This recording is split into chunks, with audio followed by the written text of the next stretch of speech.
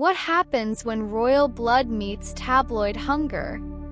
In 1999, Sophie Rhys-Jones, soon-to-be wife of Prince Edward, was dragged into a scandal that shook the British monarchy.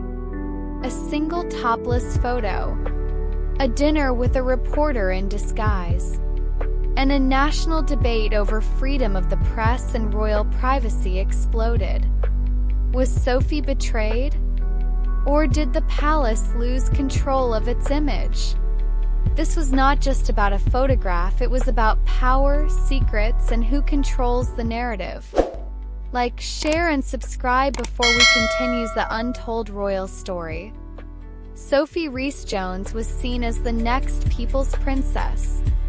Elegant, poised, and working in PR, she seemed perfect for Prince Edward, Queen Elizabeth's youngest son. Their love story was quiet, respectful, and the public warmed to her. Palace hoped Sophie would bring a fresh, modern face to the monarchy, but then came the storm. In 1999, a reporter from News of the World posed as a wealthy sheikh. His target, Sophie. He arranged a business meeting at a private dinner. Believing it was about PR work, Sophie attended. But she didn't know she was being secretly recorded. During that dinner, she spoke freely about Tony Blair, Prince Charles, even the Queen. It was supposed to be private. But soon, the tabloids had it all. And then came the photo. A topless image of Sophie from years earlier, long before she met Edward, suddenly hit the front pages of the British press. The Sun, Daily Mirror, News of the World, they all printed it or hinted at it. Public was stunned. Palace was furious. The question was clear. Was this journalism or just invasion? Queen, known for staying calm under pressure, was reportedly not amused.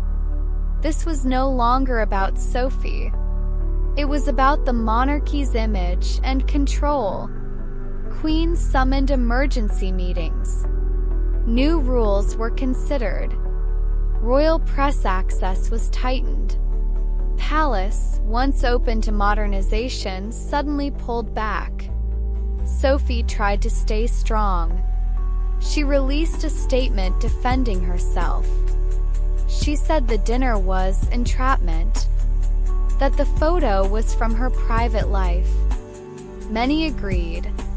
Women's groups called it misogynistic. Some in the press felt they'd gone too far. But the damage was done. Her image as the graceful, modern royal cracked. Critics began to use a new term, tabloid terrorism. They argued that the press didn't care about truth or ethics, only about humiliation and clicks. Could Sophie ever have a private moment again? Was this how Britain treated its future royals? But the media defended itself. The public has a right to know, they said. She chose a public life. Many asked, would this have happened if Sophie were a man? Prince Harry had wild nights. Prince Andrew had worse. But it was Sophie's body that made the news. The scandal exposed something deeper, that women in the royal family were always held to a different standard. Their bodies, their words, their mistakes, all weaponized. Despite the scandal, Sophie and Edward married in June 1999. Queen attended. Press showed up, but this time quieter. It was clear that the palace wanted peace. But the shadows of the scandal lingered. Sophie never looked quite as open again. The media, once seen as allies, became permanent threats. Over the years, Sophie rebuilt her image. Slowly, steadily, and with grace. Today she is respected, even loved.